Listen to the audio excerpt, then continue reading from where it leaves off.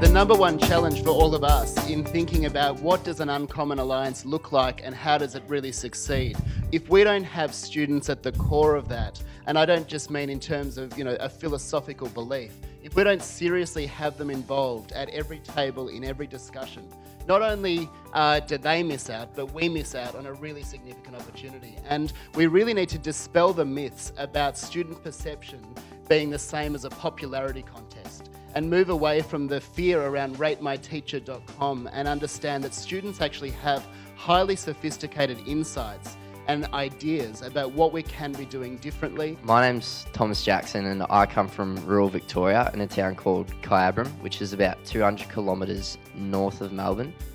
A major perception in Kyabram is that there is a bit of a lack of motivation to move on to further education, and that's a lot due to accessibility restrictions and low expectations, which is some of the issues that we've tried to combat. My area itself is predominantly a low socioeconomic, and I myself fall into that. I live with my mother and my brother, just us three, and she is welfare dependent, being disability. So I fall into the categories of low socioeconomic, welfare dependent, but yet I don't fall into the path that most people will assume.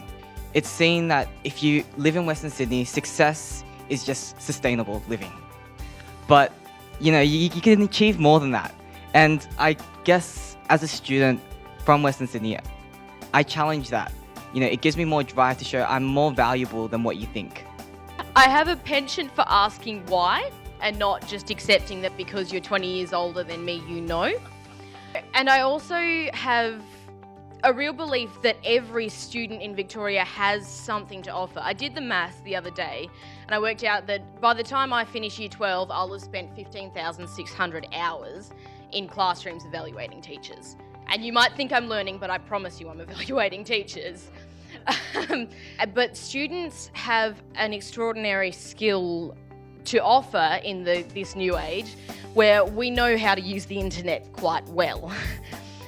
And I truly believe that if we learn to value the students' voices, then the students can be really, really influential in giving feedback to the teachers, and not just what's wrong, because we're already really good at what's wrong. If we value our voice and ask those questions about how and why and what do we do about it, then we can have students driving changes as well as just telling you what you need to fix for us.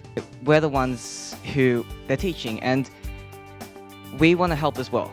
There's nothing more than being engaged in that will make not only our participation, our motivation to enhance, and it's a collaborative effort.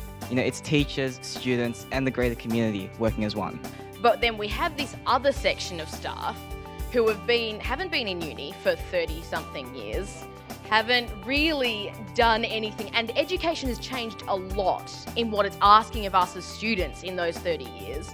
In the middle of the year, we lost another 3 of those young, extraordinary teachers just because they weren't supported. They'd come up with these extraordinary ideas about, oh, I could do this thing with the iPads, or I could, have individual learning plans for all the kids and that kind of stuff.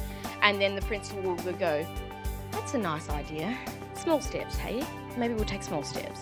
And it was just so frustrating for those teachers with passion.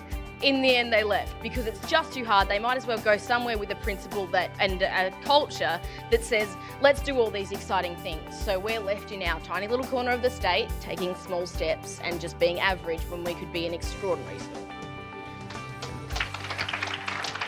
Teachers do get thrown classes that they're not really ready for or aren't super qualified for. I want them to not just teach me what I need to learn to pass my exams, but to be valued in my community, in society, and know that, that impact they've left on me is something that's just going to further enhance me as a person. As a teacher, you don't want to be the teacher that does just enough and is just there for the job. You want to be the one that revolutionises and helps the students. Be a revolutionary teacher. An extraordinary teacher is a teacher who is able to look around the room and realise every single student's potential, not in terms of what scores they can achieve by the end of the year, but in terms of what kind of a person they can be. And then take that knowledge and teach them to be successful in the system they're in without losing who they are as a kid. and who they can be as a person in the future. I